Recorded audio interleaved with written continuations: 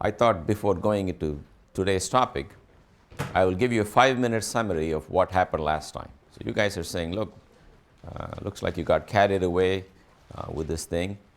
We just want to know what we need to become good doctors. Okay, so just tell us.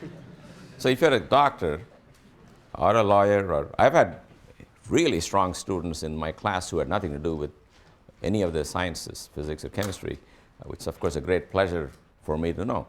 So if you go forward into your life's mission, what should you know from the last lecture? So here's the main point. The law of conservation of energy is a powerful concept that I told you survives even the quantum revolution. So it looks like we may ascribe to systems something called the total energy, which is the kinetic energy, which is always 1/2 mv squared, and potential energy, which depends on the location of the object, and it varies from problem to problem, depending on whether you're connected to a spring or gravity and so on. In one dimension, we could always get such a potential energy for any force that depended only on location. The trick was to go back to the work energy theorem, which just applies Newton's laws and says the change in kinetic energy of the body is the work done by the body, and that work we define to be this. Then the sum of all this on the left-hand side would be the change in kinetic energy. On the right-hand side, this would become the integral of f from x1 to x2.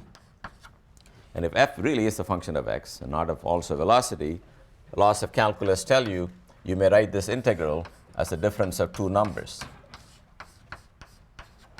Then you rearrange the expression to get k1 plus u1. u1 is shorthand for u of x1 is k2 plus u2. And that means the energy E1 to begin with, the energy at the end. If there is a frictional force, then in this integral, you break it up into two parts, the part, say, due to a spring, and the part due to friction. The part due to a spring will integrate to give you this, then you will still have the part due to friction left over. In that case, the result will look like k1, k2 plus u2 minus k1 plus u1. Instead of being 0, will be the work done by friction.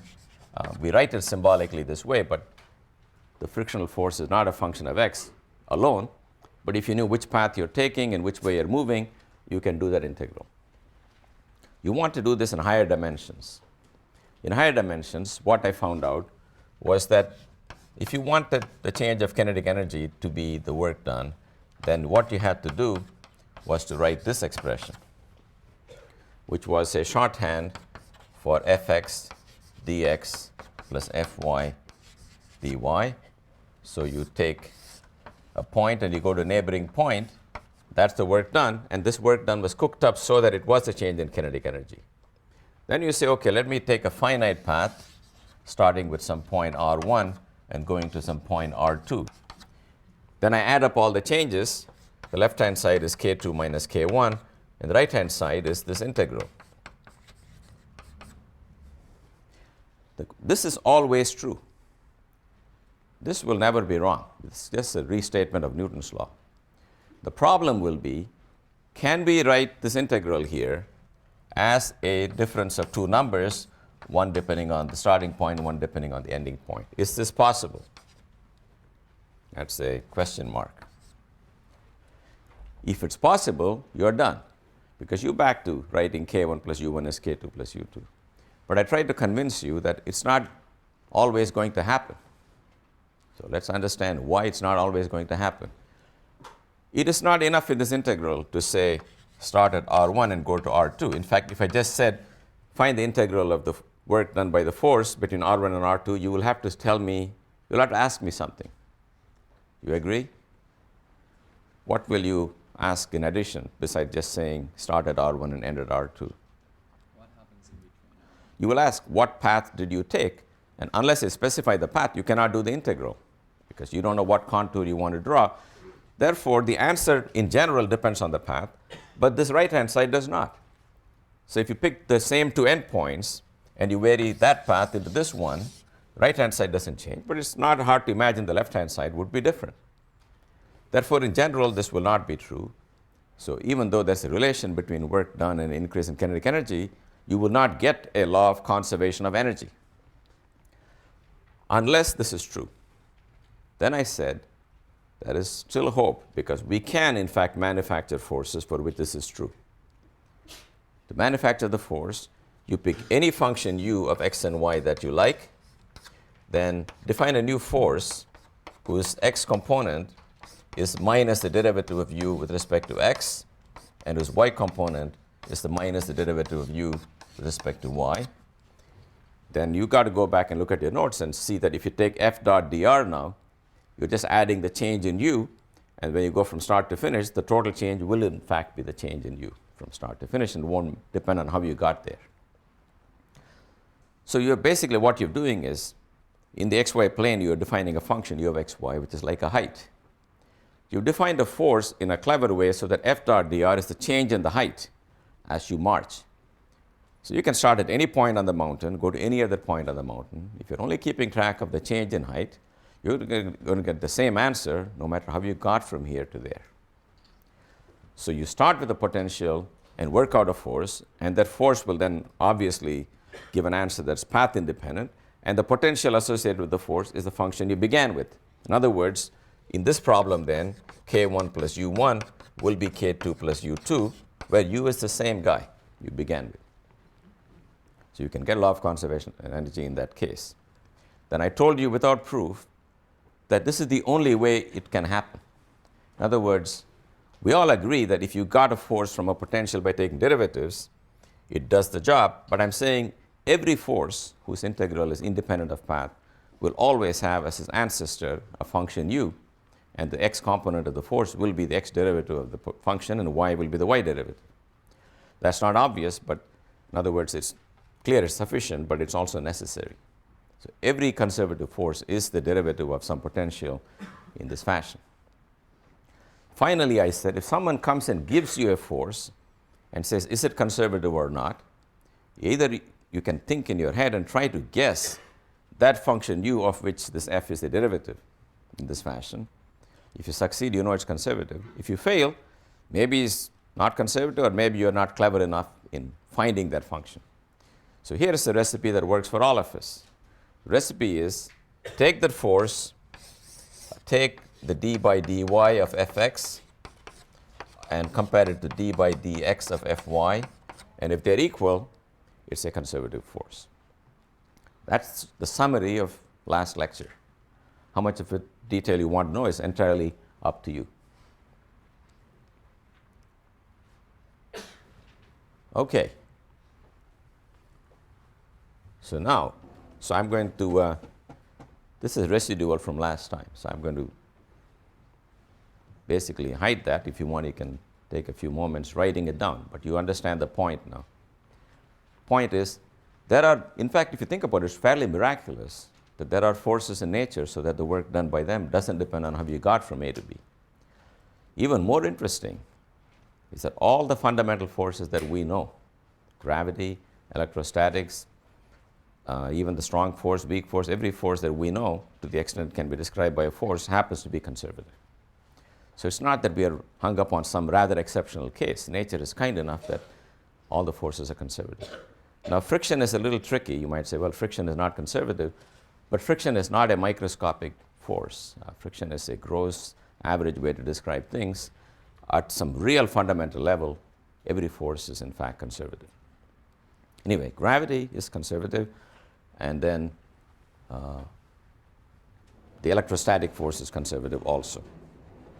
So when we study conservative systems, we are studying something fairly general. So today I go to one of the famous conservative problems, which is the gravitational interaction. So the situation was as follows at Newton's time. You know that Copernicus proposed that the way to think about our solar system is to put the sun at the center. Now, so here is Copernicus's picture. Here's the sun. Here are various planets. You have to agree that's very remarkable. Okay, first of all, it's remarkable because that was a period when it was not publish or perish, but publish and perish. It's not a good thing to come out and say what you thought, and he still did that. Even independent of the social risk, how did anybody figure this out? Because even today, even when I know this is true, I look around, it doesn't look like this at all to my eyes. So on a good day, I flatter myself into thinking I could have maybe discovered this or discovered that. There is no way I would have done this. This is really amazing. Go out and look. Because what you're saying is, if you look at our solar system from far away, it's going to look like this. That's fine. But what is our vantage point? We're sitting on third rock, and we're going around, and we somehow think we are at rest. Everything is spinning around the opposite way. And to deduce from that chaos, this simple picture is quite remarkable. You get a lot of points just for saying this is what's happening. That is it's properly called the Copernican revolution. After the Copernican revolution, people just said, take the data we get with this as the center and transcribe it with that as the center and plot it.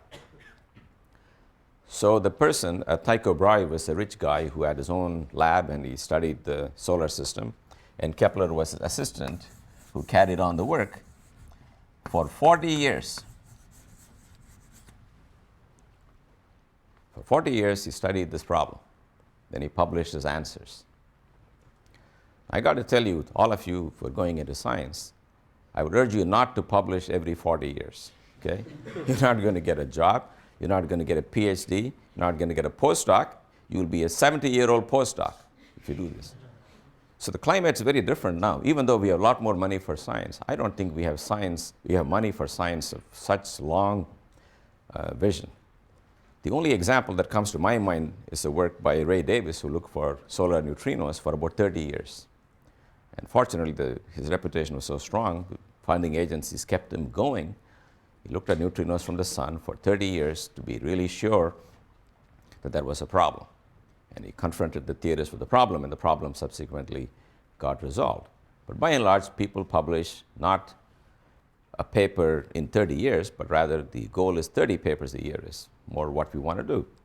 But you got to realize that we're not much smarter than our ancestors, and the possibility that we have 30 excellent ideas a year is very unlikely. So I have to admire somebody like Kepler, who after 40 years gave us something that is really solid gold, because that's what set Newton on the right path. So there are 3 laws of Kepler, okay? So 3 laws in 40 years, still better than Congress. Here is what he had. Okay. The first law is all planets go around the sun on an elliptical orbit with the sun as the focus. So I'm not going to write all the words. It'll take me forever to write it. I'm just say elliptical orbit, and you guys can get the precise text from any source you like. But I have to remind you what elliptical orbit means, right? So everyone has to know what an ellipse is. So you draw a circle, you take a thumbtack, you stick it into your table, you take a string, form a loop like that, put a pencil here, and keep the pencil tight, and walk around, keeping the distance, you get a circle. For an ellipse, you take 2 thumbtacks, and you take a string like this, keeping that length plus that length constant, and you move, keeping the string tight, and the shape you produce is the ellipse. And these are the 2 focal points, F1 and F2. Ellipse is an egg-shaped circle, and if you want to get the circle back from the ellipse, you just move the 2 focal points to a single point, and you will get the circle. Whereas a circle has only a single number, r, the radius characterizing it, the ellipse has what's called a major axis and a minor axis. And major axis 2a, and a is called the semi-major axis, which is that distance. So do you know how you can get an ellipse, why the Greeks were studying ellipses, where they come from? Yes? If you take 2 cones and you have one as a mirror reflection of another, and you use a plane as a section to cut through right. These are called cones at different angles, the outline of the the elliptical, Right. circular. There'll be ellipses, circles, there'll be various famous geometric figures. I think for our purpose, even if you took a single cone and you cut it at some angle, that would be an ellipse. That's why the Greeks were studying this. But you need a second cone for other things. But for now, if you slice a cone parallel to the base, you'll get a circle. At an angle, you'll get the ellipse. So that's the first statement. Second statement is the following. If you pick one planet and it's there today, right? You wait a week, it's there, and you wait another week, it's there. You join these two lines and you call that the area swept out by the planet in the first week. Then in the second week, the area swept out is that. So it's the area intercepted by the two radial vectors and the arc along which you move.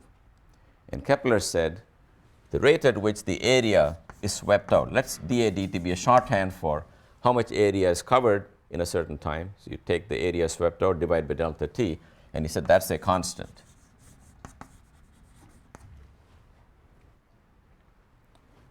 And the third result is that,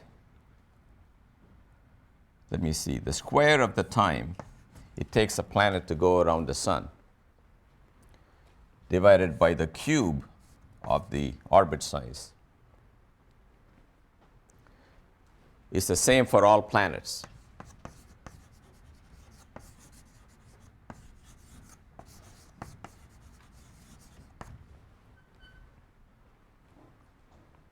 That's it. These are the three laws of Kepler. Yep.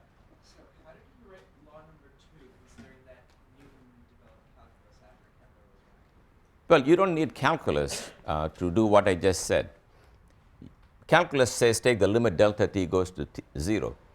If delta t is 1 day or 1 month, it really doesn't matter. Take a planet like Pluto. I'm going to keep calling it a planet because I'm attached to Pluto more than to some of the newer guys. You wait 1 month, you see how much area is covered, then wait another month, you will still find it's true. In fact, it happens to be true even if it's not infinitesimally. You can wait even finite periods, but this is the limit. Yep. Are there in fact like slight deviations from Kepler's third law? There are lots of deviations. And those are because the orbits are exactly elliptical? No. Oh, okay. There are lots of corrections to Kepler's laws. First of all, Kepler's law, if we really observe it very carefully, none of these things will actually work. First of all, planets are not moving just around the sun. They have the pull of other planets. Secondly, the Newtonian law of gravitation, which we'll study today, has got modifications from Einstein's theory, which also modify the orbits. In fact, the truth is the planets don't follow close orbits at all, but that the ellipse, instead of starting out this way and staying this way forever, slowly rotates. And that's called the precession of the orbit. And one of the biggest mysteries was Mercury had a precession. In other words, the orbit was not closing, but like a Rosetta Stone, it was doing this. Not at this rate, but very, very slowly. The majority of that precession was fully understood by the effects that I mentioned to you, namely the fact that there are other forces on it. Jupiter, in particular, is a very massive planet. You cannot ignore this effect. But still, there was a tiny part that was missing, which is 43rd degree of an arc per century. Very, very small deviation left unexplained, and the general theory of relativity filled in that gap. So the answer is, every law I told you long back will receive corrections, but they're usually very small. Anyway, this was the data that was given to Newton. So Newton, as you know, was sent home from college because there was a plague.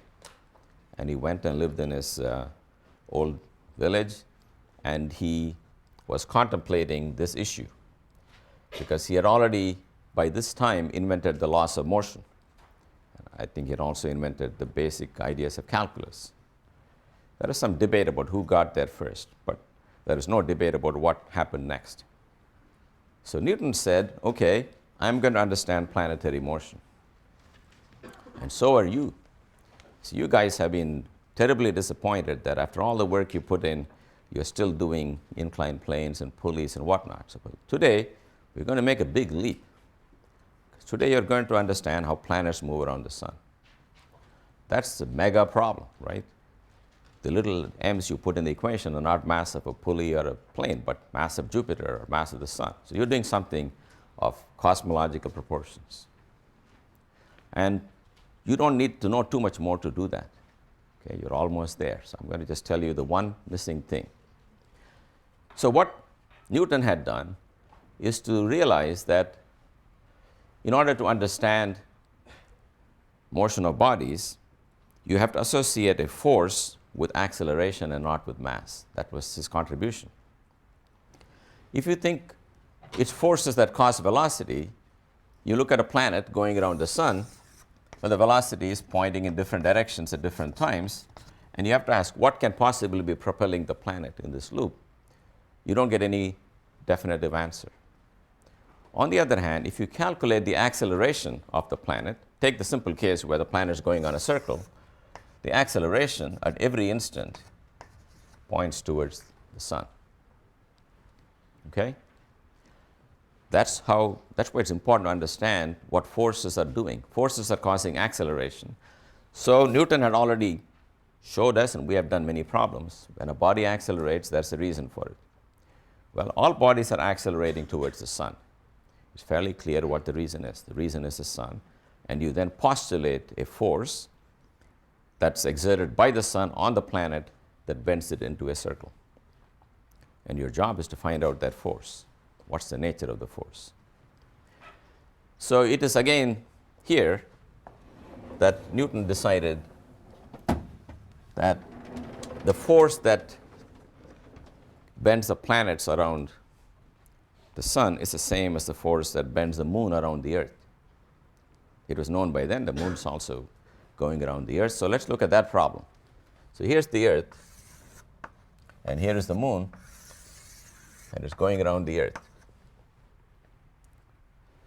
Now the moon is accelerating towards the earth, and that's something we have learned in this course.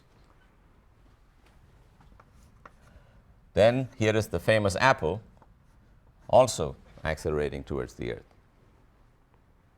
And Newton decided that the cause behind both the forces is a new force, the force of gravity, the same thing that pulls the apple as what pulls the moon.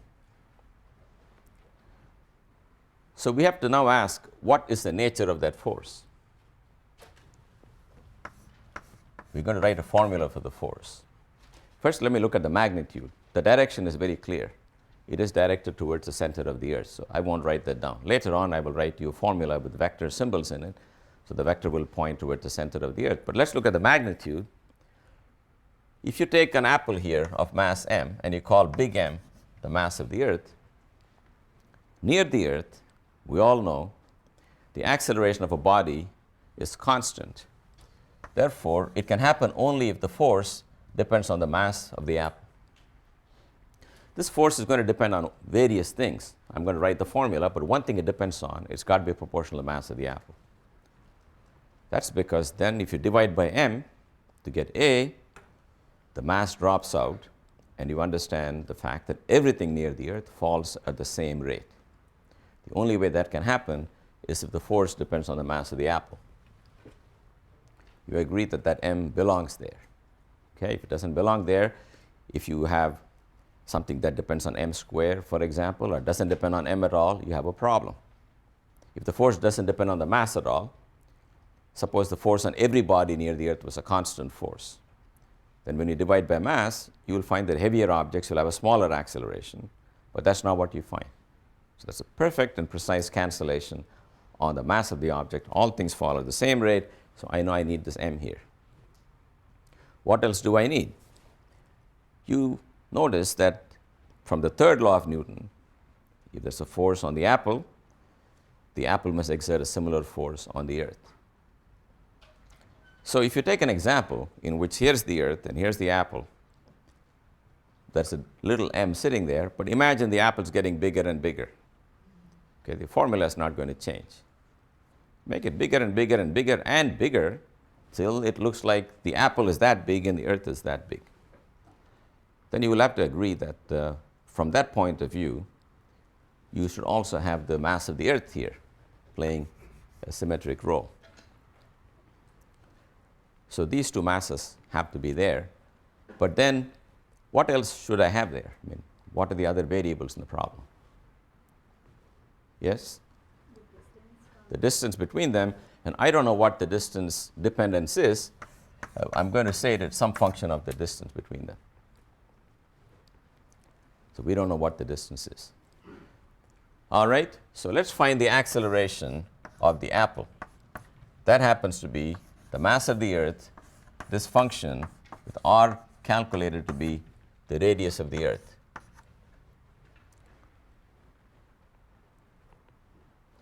Then you go to the moon and you ask, what's the acceleration of the moon?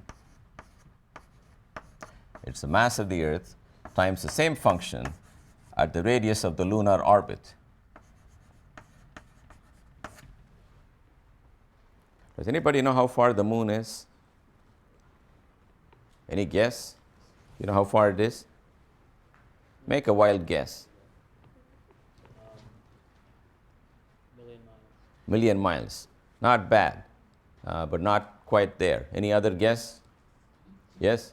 250,000. Pretty close. 238,000 miles.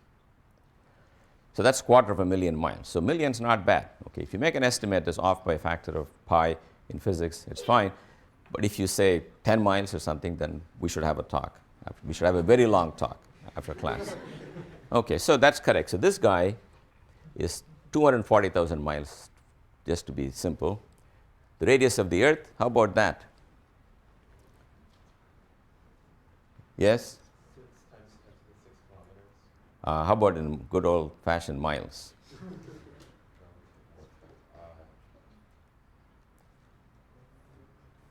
times 10 to the 6 miles. 10 to the 6 would be a million miles. Okay. 3 and 2. Okay. Okay. Anybody have a quick answer to how many miles? What's the circumference of the Earth? Okay, then you can do the math and find out the radius. Okay, 2 pi is like 6. So radius is 4,000 miles. So this is 4,000 miles. And this is 240,000 miles.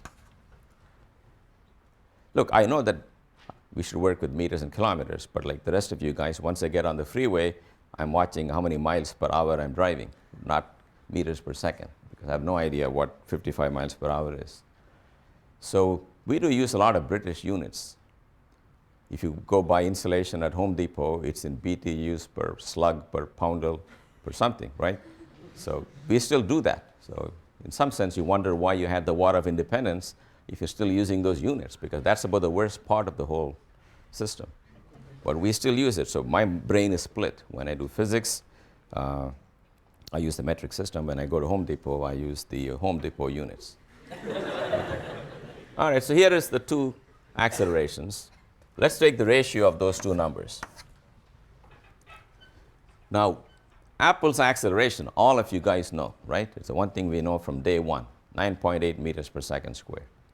Acceleration of the moon, how am I going to find that? So I need an idea on how to find the acceleration of the moon. Anybody from this corner of the room on the top? How do I find acceleration of the moon towards the Earth? What will I have to know? Yes? Very good. That's what all I wanted from you. We'll fill in the blanks, but it's v squared over r, and r is this 250,000 miles, and v is the orbital velocity. Now, you may not know the orbital velocity of the moon, but you know it goes around every 28 days or something, right? So velocity is 2 pi r over 28 days. Put it into seconds, you get some acceleration. Yes? Are you assuming that the orbit is a circle? Yes. Is that why you can use v squared over r? Right, exactly. In fact, if it's not a circle, it's much more complicated. So in this calculation, we'll assume everything is a circle. It turns out to be not so bad even for planets. So if you do the v squared over r, you put the numbers in, and you find the acceleration of the apple is 3,600 times more than the acceleration of the moon. On the other hand, you find the apple and the moon radii are a factor of 60 apart. In other words, the moon is 60 times as far from the center of the Earth as the apple. And you look at 60, you look like 3,600, right? You don't have to be a Newton to figure out what's going on. Then you therefore write down this great formula. Do you understand now that r square, how you get the r square? Again, it's pretty remarkable because this could have been r to the power 2.001, and you would certainly not know you're wrong because these numbers are not known that well. Newton just said, look, let me take the nearest integer power. It looks like close enough to 1 over r squared. It happens to be 1 over r squared is a fantastically good approximation to the law of gravity. So we were also quite fortunate there. The laws of gravity didn't have to be that simple. Okay, so now are we done? Or should I do something else to this? Pardon me? This is the force. I need what else now? One of you have to put your hand up and take a stand. Yes, you have to say something? Constant. A constant. Right. Why do you need the constant? Because if you just multiply what we had on the board, we probably wouldn't get exactly that answer. Very good. Yes? Okay, units don't match, right?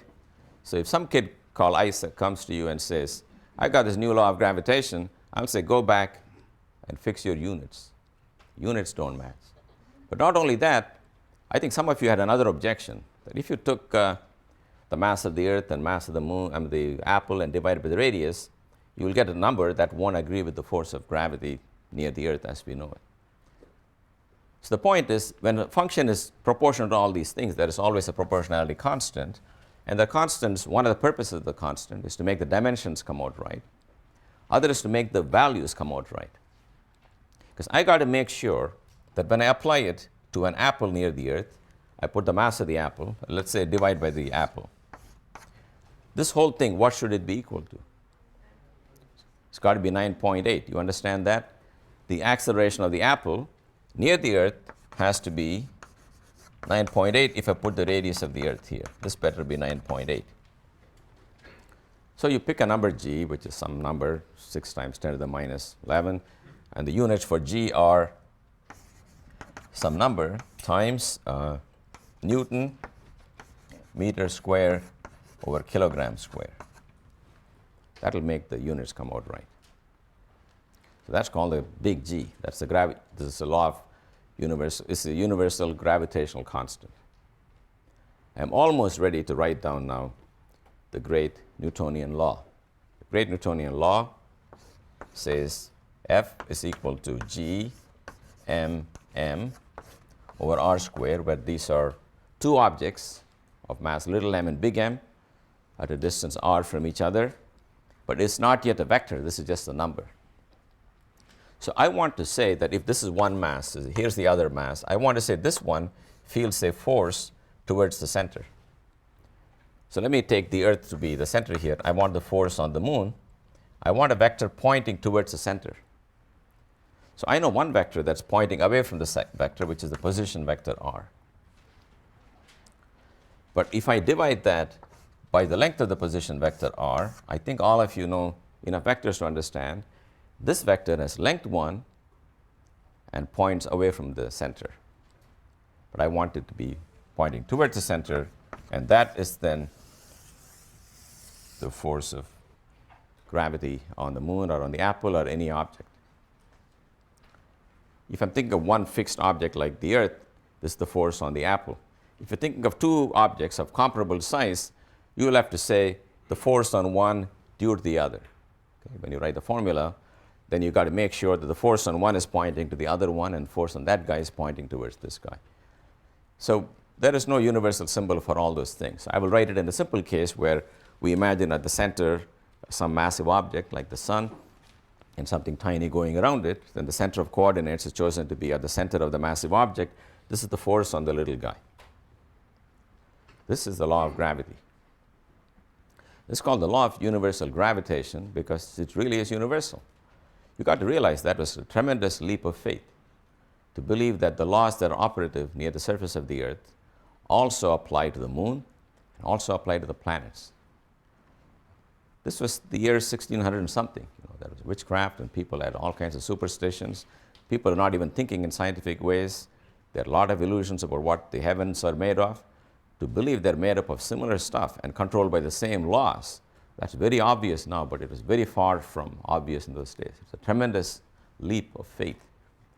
And luckily for us, that leap of faith is justified because the laws of gravitation, in fact, the laws of physics that we deduce near the Earth, seem to work all over the entire universe.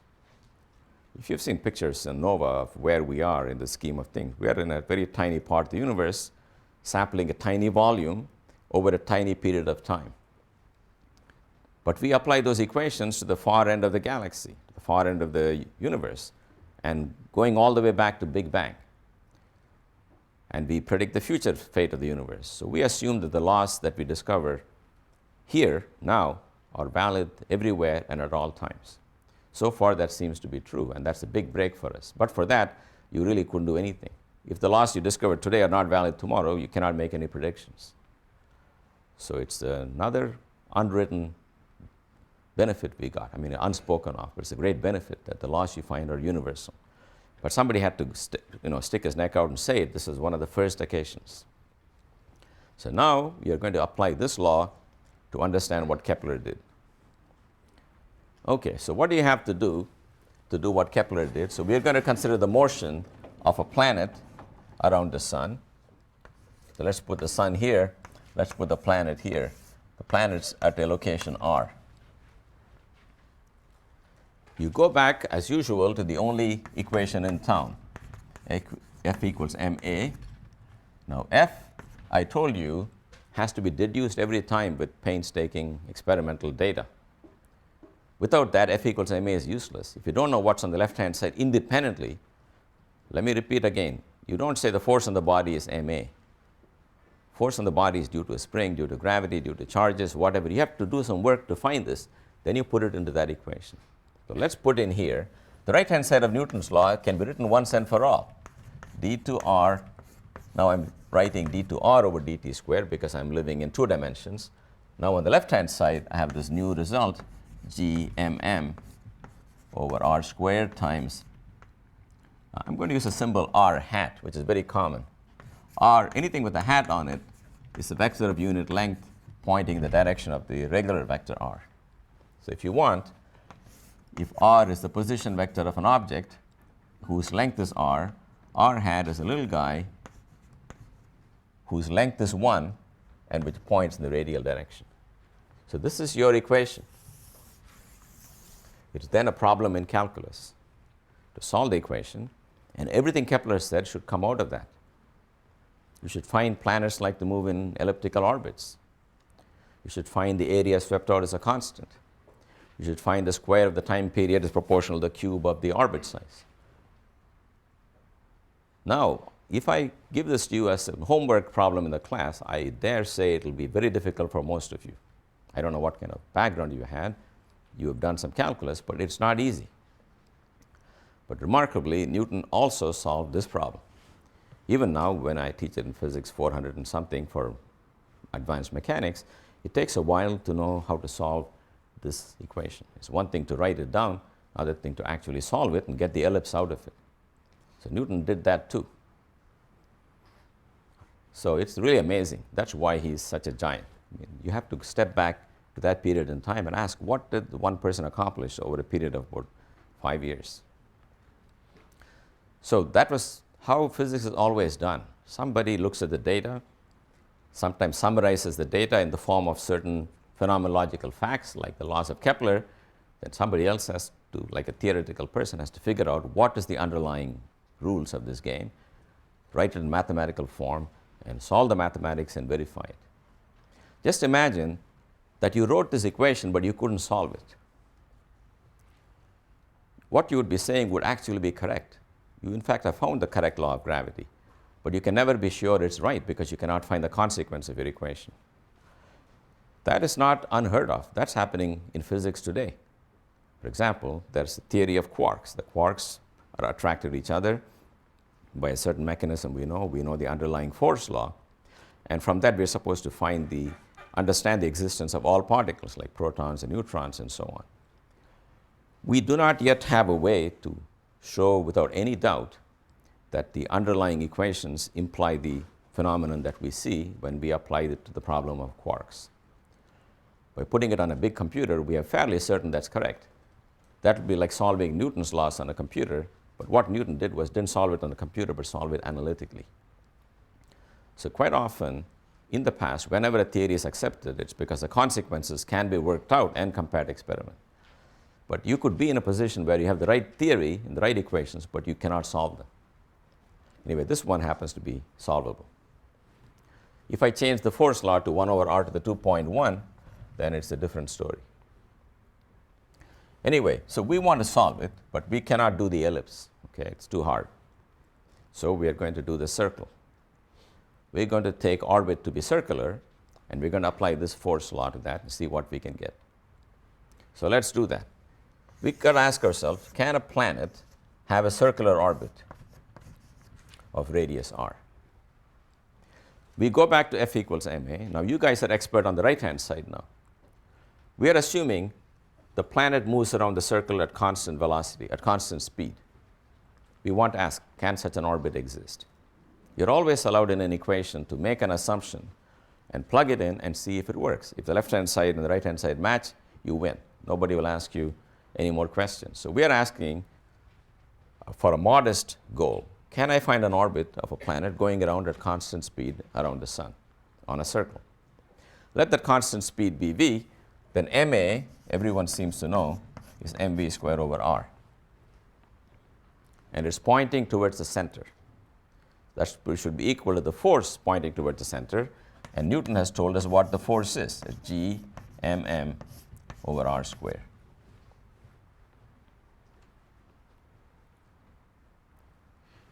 Everybody understand now? The left-hand side is the effect, the right-hand side is the cause.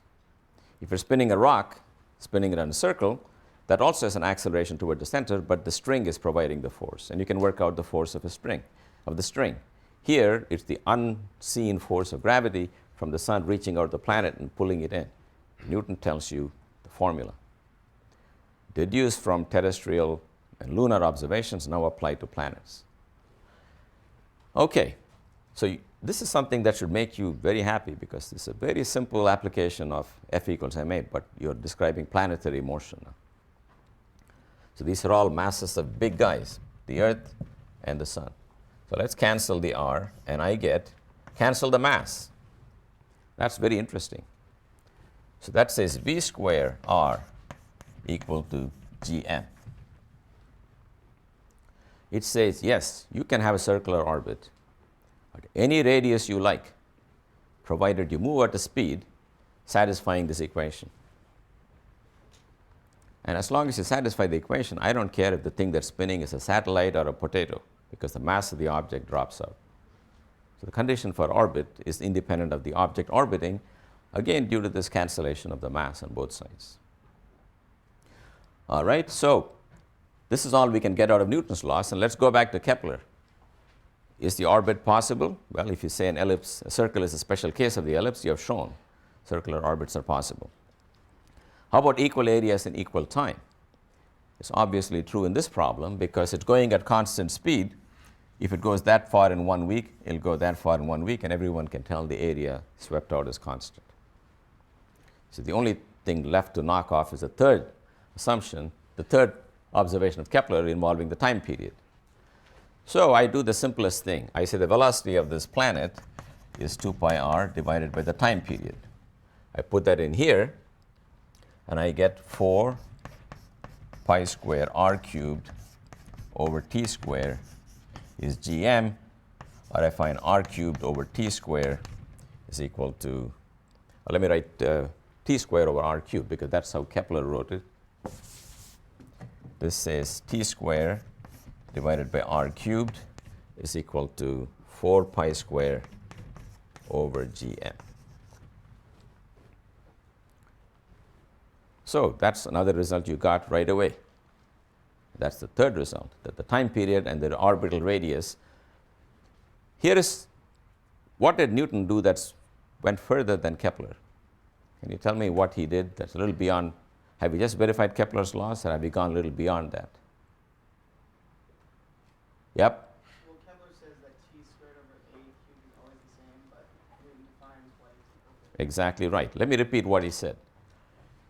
Kepler said t squared over a cubed is the same thing, but he didn't tell you what the same thing is. What is the constant? Well, now we know that constant to be 4, known to all of us, pi, known to all of us, m, mass of the earth, and g, mass of the sun, and g is the universal constant of gravitation. So you calculate the value. Similar thing happened in atomic physics. A high school teacher called Balmer was studying the spectral lines coming out of an atom, and they were coming out at different frequencies. And he said all the frequencies you'll ever see coming out of an atom look like some number times 1 over 1 integer square times 1 over a different integer square. He didn't know what the number was, but it's some constant. I mean, he knew the number, but he didn't know. He knew the number, but he didn't know where it came from. When Bohr had his final theory of the atom, it had exactly this form, but this was just not simply a constant you put in. It involved pi and the electric charge and the Planck's constant and everything.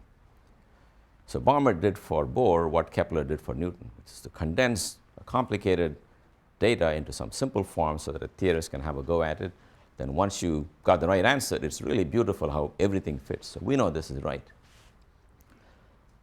Okay, this is called a theory.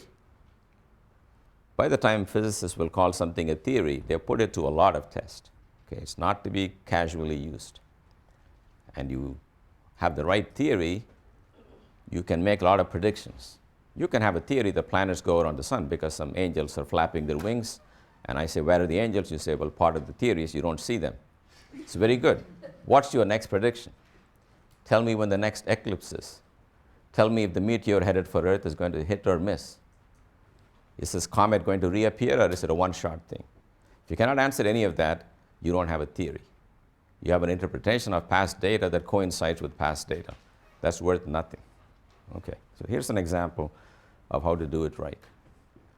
Okay, so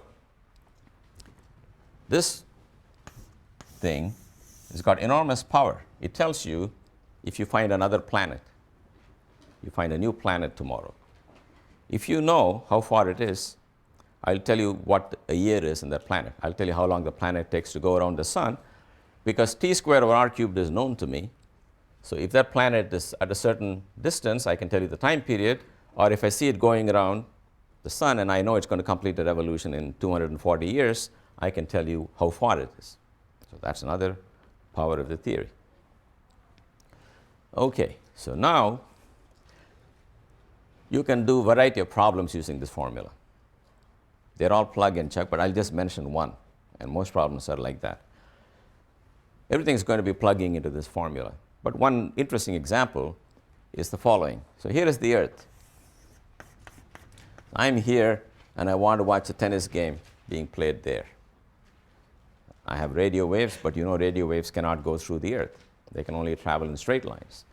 And the answer to that, I think all of you know, is to have a bunch of satellites, 3 of them in particular, forming a nice triangle. And if you can talk to this satellite from where you are, that satellite, with the help of the other 2, can always hit any other point you want, just by bouncing off. Okay, you bounce off this, you can go there, and you can hit this guy. So if you have 3 satellites, they can help you connect any point on the Earth to any other point by reflecting off the satellites. But the important thing is the satellites better be where you think they are. They're constantly moving around. It doesn't work. So what you really want is what's called geosynchronous satellites. They are satellites. Remember, if I look at the Earth from the top, it is spinning. This is the North Pole, and it's spinning. Therefore, these satellites should be rotating around the Earth once every 24 hours. Then, if they're on top of your head today, they'll be on your top of your head all the time. Right? So the time period of the satellite is 24 hours. Then the only question is, at what altitude should I launch them? You go to this formula. Put in 24 hours, write it in seconds, you will get the radius. And once you got the radius, this equation will tell you at what velocity they should be put into orbit. That's it. That's how you put the geosynchronous satellite. That's a simple example of applying the formula. I won't give other examples, but they're always going to be finding t from r or finding r from t. Sometimes you will know r, sometimes you will know t. Any question about this? Okay. Now I'm going to come to the question of energy.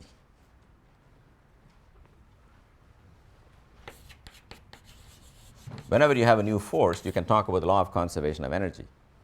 So I want to ask myself, what's the potential energy I can associate with the gravitational force? I can ask myself, is it even a conservative force? So let's take the problem in two stages. First of all, if you're near the Earth, everything falls down near the Earth. If that height is y, then the force of gravity is minus mg times j, but j is the unit vector in that direction.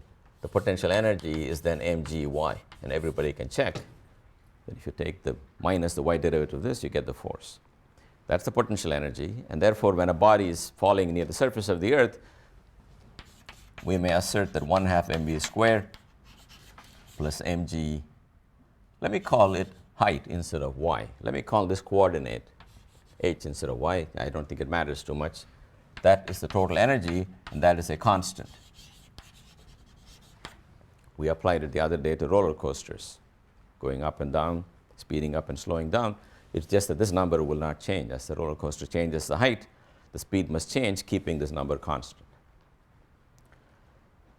But you know, this formula is an approximation near the Earth. We want to apply it globally. Before going to the global problem, let me remember one more thing, that G is equal to Gm over Re squared. Because when you apply Newton's law to the surface of the Earth, you better get this number G when you apply it to something near the Earth. By the way, Newton took a long time to publish this law of gravitation. Does anybody know why he was holding back for a long time? Have you heard of anything? Yes? Newton was in the controversy over the discovery of the calculus with Leibniz, and then I think Edmund Halley convinced him later on. Edmund Halley may have convinced him to publish, but it was something else that was bothering Newton. Yes? He was afraid of criticism? He's afraid of criticism. Maybe, but that was not why he held back. Yes? Did he also doubt it very much? Pardon me? Didn't he also doubt that it was possible? No, but look, when he applied it, by the way, he applied it to everything. Celestial motion, to the behavior of tides, everything seemed to work. There is one further assumption that you make. When I wrote 1 over Re squared, I said the distance of the apple from the Earth is that. Or maybe it should be just 2 meters from which I release it. Somehow he knew you have to measure the distance from the center of the Earth. So it is not clear for the purposes of gravitation. In other words, originally Newton had a law of gravitation between 2 point objects, namely the point like, the distance between them is unambiguously the distance between the points, and he got this law. But in the end, he wants to apply it to the Earth and the apple. They are close enough for you. You cannot pretend the Earth looks like a point from where I am. It looks like a big fat thing. You cannot say it's point-like. So what you really should do is divide the Earth into tiny pieces, each one of which is point-like. Find the force on from each chunk of the Earth using this law and add it up. And if you're lucky, it will look as if all the pull is coming from one point at the center, carrying the entire mass of the Earth. So what branch of mathematics do you have to use to get that result? Yes? What branch of mathematics? What kind of calculus? Had it been invented? No. So he had to then invent integral calculus also. So, you know, if he felt that no one around him was doing any work, probably justified, because they just dumped the whole thing on this kid and said, why don't you do integral? That's why it took him a long time to verify, using integrals, that the sphere behaves like a point particle at the center. He knew it works because all these numbers couldn't be, all the coincidences are not coincidence. He believed it worked, but he had not found a way to show it. And that's what held back a publication. Okay, that's another rare behavior. Okay, anyway, I come to this problem and I say, I want to apply it not near the Earth, but arbitrarily far. Near the Earth, the force is minus mg, but far from the Earth, many, many miles away, the force is really what we wrote here, is minus g m over r squared times r unit vector in the radial direction. First thing you can check is that this is actually a conservative force. I'm going to give this to you. I don't have time to do that. In other words, write this capital R hat, if you like, as an R divided by one more R in the bottom. We don't care. And that can be written as minus G M M times I times X over R cubed plus J times Y over R cubed. Right? I just wrote the vector R in terms of X and Y. So the X component of this force is X over R cubed. The Y is Y over R cubed. R is just square root of X squared plus Y squared. So maybe you can tell me, what should I do to check that this is a conservative force?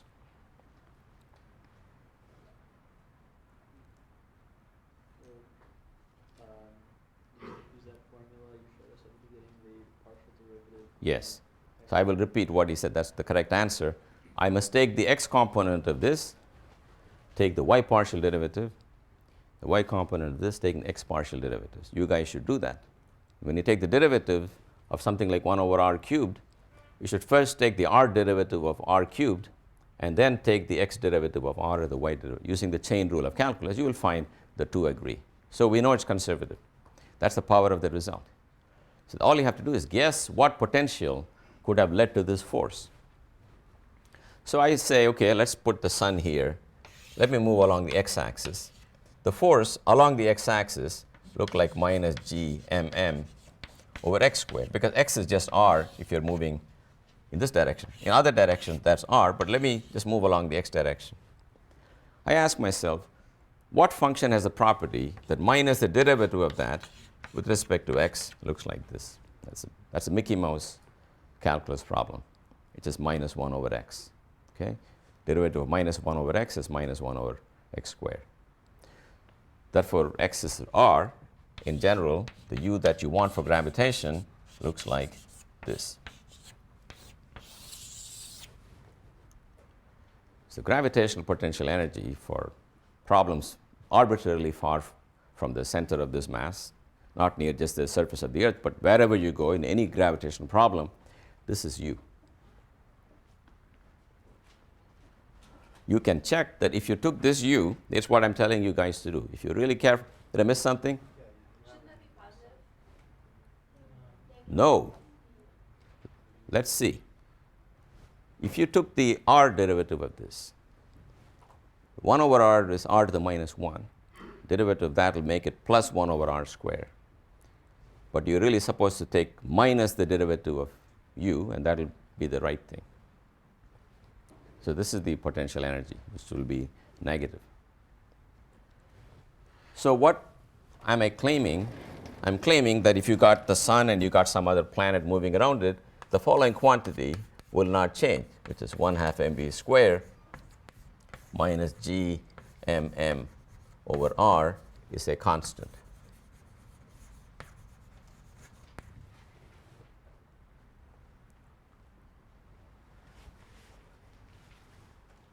Now take an object moving near the earth.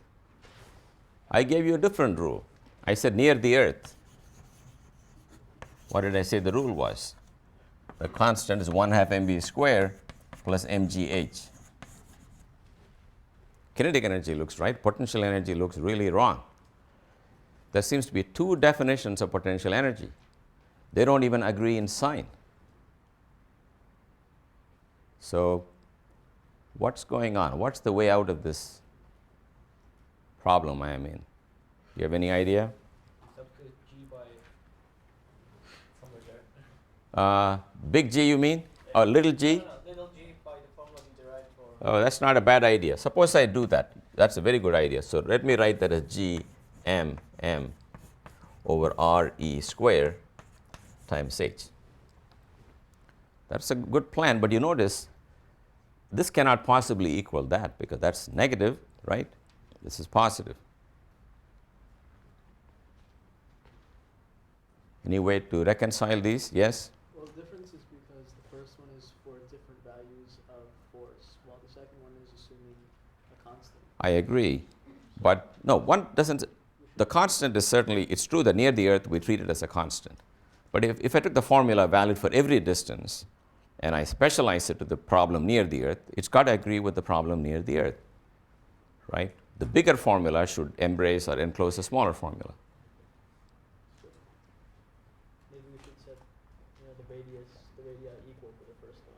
Yeah, I will do that. In other words, I grant you, I'm willing to put RE here, right?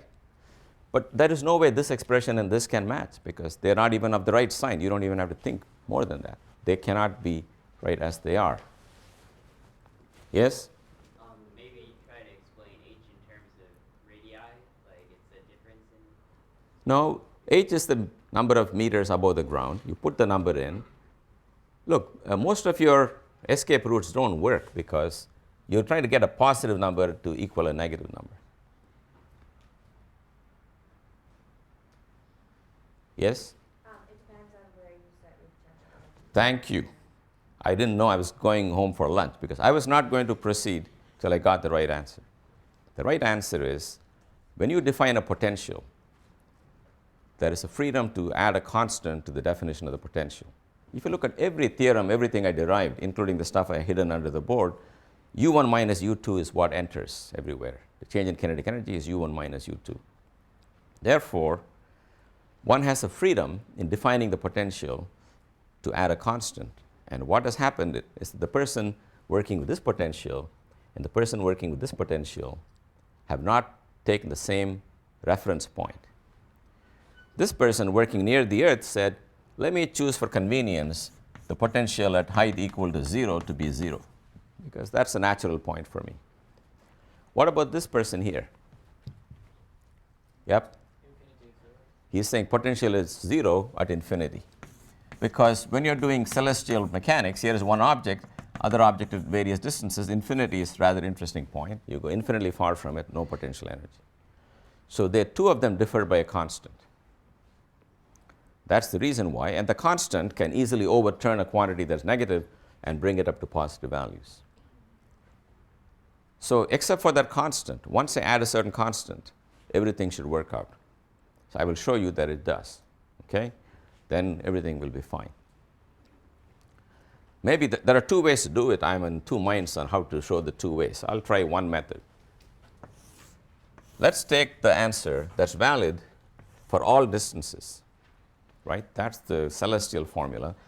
Forget all the constants. It looks like minus 1 over r. You agree? Some blah, blah, blah constant divided by r. So it's a graph that looks like this. It blows up to minus infinity when r goes to 0, and it goes to 0 when r goes to infinity. This is the formula for u for a person who says u is 0 at infinity. Now let's look at the formula in the neighborhood of the surface of the Earth.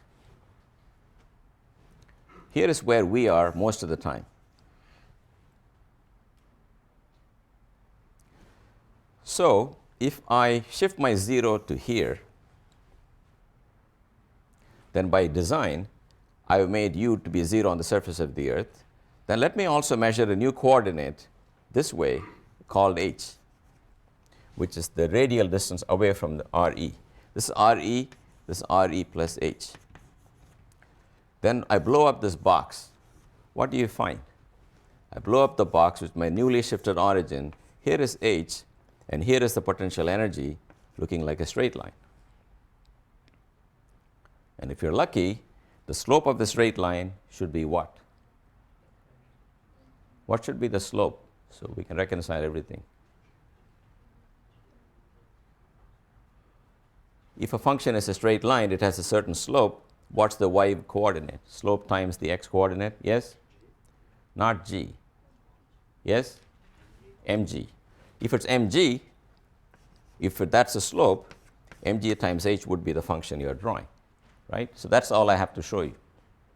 And I will show that that's what happens. Then we're set. So let's take the master formula for the potential energy, write it as GMM. Let's apply it to a distance near the Earth, which is r plus h. That's what we're trying to do, right? Now, so you massage that expression as minus GMM over r times 1 plus h over r. That is just a rewriting of this. And you can write that. I'm sorry, apologize. Do you know what's wrong with what I wrote? This is not r plus h. What should I be really putting here? Radius of the earth. So I don't know how you're going to correct it in your notes, but this really should be radius of the earth. Everywhere here, I want to be at a height h above the radius of the earth. So I put that here. Then I write this as minus g m m over radius of the earth times 1 plus h over radius of the earth to the power minus 1. I just bring the downstairs to the upstairs. Then remember the wonderful formula I told you. You guys have to know this. 1 plus x to the n is approximately 1 plus nx if x is very small. X is here the height over the radius of the earth, which is obviously tiny. So I can approximate that, and I get u equal to minus g m m over re times 1 plus g m m over re square times h.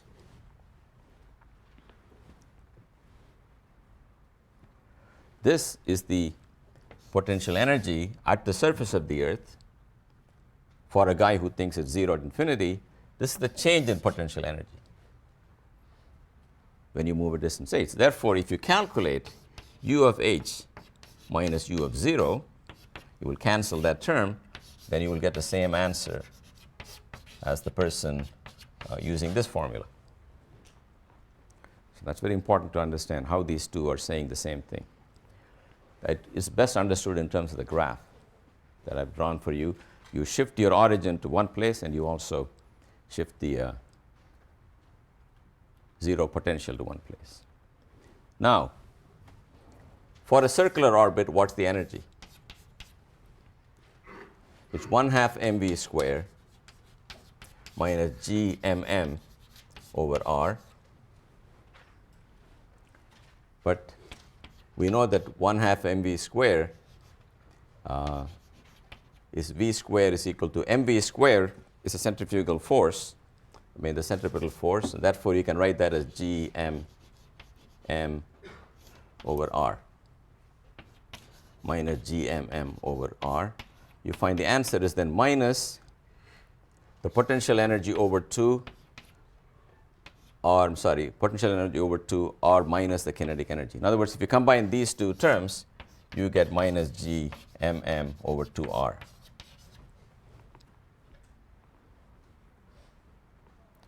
So for a particle in a circular orbit, the kinetic energy is exactly half the magnitude of the potential energy, and the total energy is negative. Okay, so I want to close with one very important result. So whenever you see a celestial body, here's the sun, you see some celestial thing moving around, you can compute the total energy. If the total energy is negative, that object is bound to go on orbiting the sun and can never escape to infinity. The total energy is positive, it can go to infinity, and 0 is the borderline case. So why is it that if the total energy is negative, the body can never run off to infinity? Can anyone think of a contradiction you would have if a body of negative energy found itself at infinity? Yes? I mean, it will have to gain energy to go to infinity, because then potential energy will be positive, like 0. Now at infinity, potential energy is 0. What about kinetic energy? Some positive number, right? But its initial energy was negative, and you cannot change it.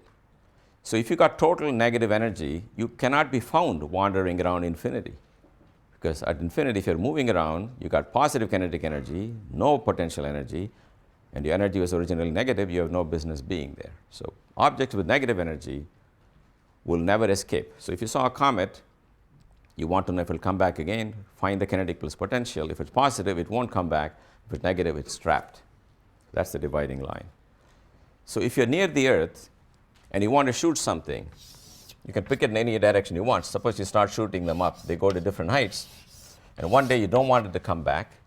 You can ask yourself, how fast should I fire a gun so the bullet never comes back? Well, you should fire it so that it can go to infinity. when it goes to infinity, you want to just manage to get there. It's going to go to infinity, stagger, and fall down. Well, it's got no kinetic energy at infinity. It's got no potential energy at infinity. Therefore, its total energy should be 0. Therefore, what you should do, at the surface of the Earth, your 1/2 mv squared minus gmm over r Earth should be 0, or these two numbers should be equal.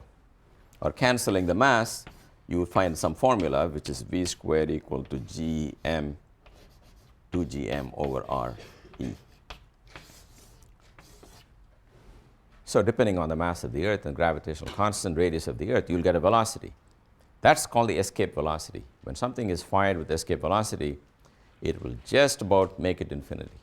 You want to be really sure it doesn't come back, give it a little extra speed. A little less, it'll orbit the Earth. It just won't go away. All right, so I want you to think about what you've learned, because if you can now go and read articles. For example, you heard about dark matter. I'll just tell you one sentence about dark. Anybody heard about dark matter? Okay, most of the universe seems to be made out of stuff we cannot see. Okay, you, me, we don't add up to anything. Very small percentage. How do people know that is dark matter? You cannot see it, but you know it's there. How do you know it's there? You know it's there because our galaxy, or any galaxy, has got matter you see and matter you don't see. If you draw an orbit around the galaxy, going all the way around the galaxy, you can treat the entire mass as sitting at the center. Then you can use your gravitational formula, v squared r is the enclosed mass. If you go further out, you should find you're not enclosing any more mass, because the mass is all what you see. But what we find is, as the orbit gets bigger than the galaxy, v squared r keeps on increasing, so the mass enclosed is increasing, but you don't see it. That's how we know there is mass, which is not visible to visible observation, but every galaxy seems to have this halo of dark matter. That's how we estimate the mass, and it beats all the known mass. But you can do that using just this calculation.